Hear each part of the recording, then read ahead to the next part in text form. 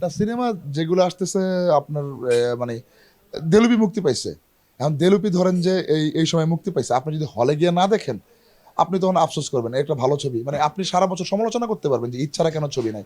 ঈদে কিন্তু যাই সিনেমা আসতেছে সবগুলাই কিন্তু ইয়ে হচ্ছে। গত ঈদে যে সিনেমা সাকিবের সিনেমা আসছে, সিয়ামের সিনেমা জঙ্গলি, তো সুপার, দুইটাই সুপার হিট।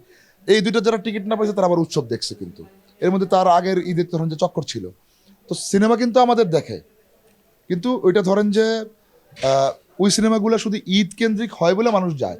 এই যে এখন দেলুপি দিচ্ছে, আপনি যান হলে, এটা তো ভালো সিনেমা। এখন আপনি দেখাবেন যে আমার ছুটি নাই, তো শুক্র শনিবার তো ছুটি আছে আপনার। ওদের স্বপ্ন পূরণে পাশে থাকতে পেরে আমরা গর্বিত। এই সময়টা সিনেমাটা দেখেন, বা সন্ধ্যার পরে একদিন মানে আমরা দাওয়াত থাকলে বা অন্য কোনো কাজ থাকলে আমরা যাই না সন্ধ্যার পরে, সময় করে সন্ধ্যার পরে হলে যান, সিনেমাটা দেখেন। বা স্টুডেন্ট যারা আছে বা শিক্ষার্থী যারা আছেন তারা তো দিনের একটা সময় দেখে ফেলতে পারেন।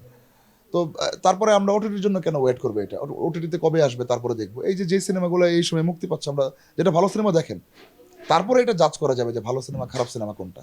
আমরা না দেখেই যদি বলি আচ্ছা জেলুপি একটা বানাইছে বা এরকম, ইচ্ছারা দেখবো না। আমাদের, আমি যেটা বিশ্বাস করি, আমাদের দর্শক যদি চায় তাহলে হল বাড়বে।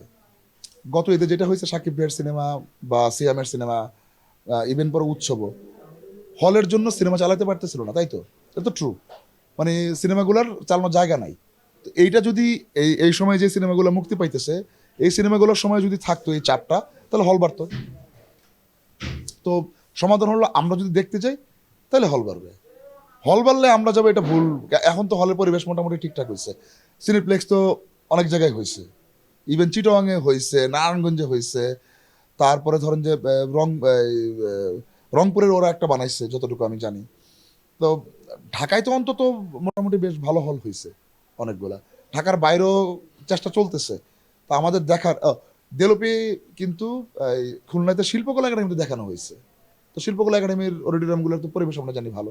তো আপনারা দেখেন, বা আপনারা চান অন্য জায়গা থেকে, কারণ বর্তমানে তো সাংস্কৃতিক মন্ত্রণালয়ে বা শিল্পকলা একাডেমি এরা তো অনেক উইলিংলি ওপেন আছে। দেলুপিরটা আমি জানি ওনারা যখন পারমিশন চাইতে দেখানোর জন্য কেউ মানা করে না, সঙ্গে সঙ্গে পারমিশন হয়ে গেছে। তো আমাদের চাইতে হবে, আমরা সিনেমা দেখতে চাই, দেন আসলে বাকি জিনিসগুলো করা লাগবে। এখন শাকিব খানের সিনেমার আপনি ধরেন যে ডিরেক্টরকে আপনি মানে অনেক বড় ছবি ডিরেক্টরকে আপনি দেখতে যান না, ধরেন যে আপনি ওই হিরোটাকে দেখতে যান, গল্পকে দেখতে যান না, তারপর পরে জাজ করেন। ওইটা একটা ঘটনা আছে। আবার ধরেন যে আপনি ধরেন যে 12 ফেল যে সিনেমাটা আছে, 12 ফেল, এই নায়ক নায়িকা কাউকে আপনি চিনেন? কেউ চিনতো তখন? চিনতো, বিভিন্ন জায়গায় ছোটখাটো বা এরকম চরিত্র দেখছে। তো ওইটা তো আপনি দেখছেন, দেখার পরে তো আপনি ওকে চিনছেন।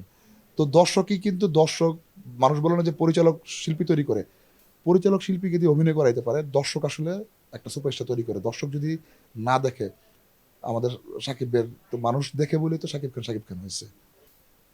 আমরা দর্শকরা চাই কিনা, এটা ইম্পর্টেন্ট। এই যে আমি তো বললাম যে ডিরেক্টর বা প্রডিউসার কিন্তু সাহসী হয়েছে, দেলুপি কিন্তু আসছে, রিলিজ করছে, তারপরে দায়িত্বটা কার? ডিরেক্টরের কাজ বা প্রডিউসারের কাজ বানায় ছেড়ে দেওয়া, তারপরে দায়িত্বটা কার? এখন যদি আমরা দর্শকরা সিনেমাটা দেখতে যাই রেগুলার, দেন দেখবেন যে আরেকজন তখন সাহস হবে। প্রতি মাসে না হলে তখন 2 মাস 3 মাস পর পর এরকম সিনেমার একটা থাকবে। তারপর দেখবেন যে প্রতি মাসে আগের মতো আবার 3-4টা করে সিনেমা হইতেছে।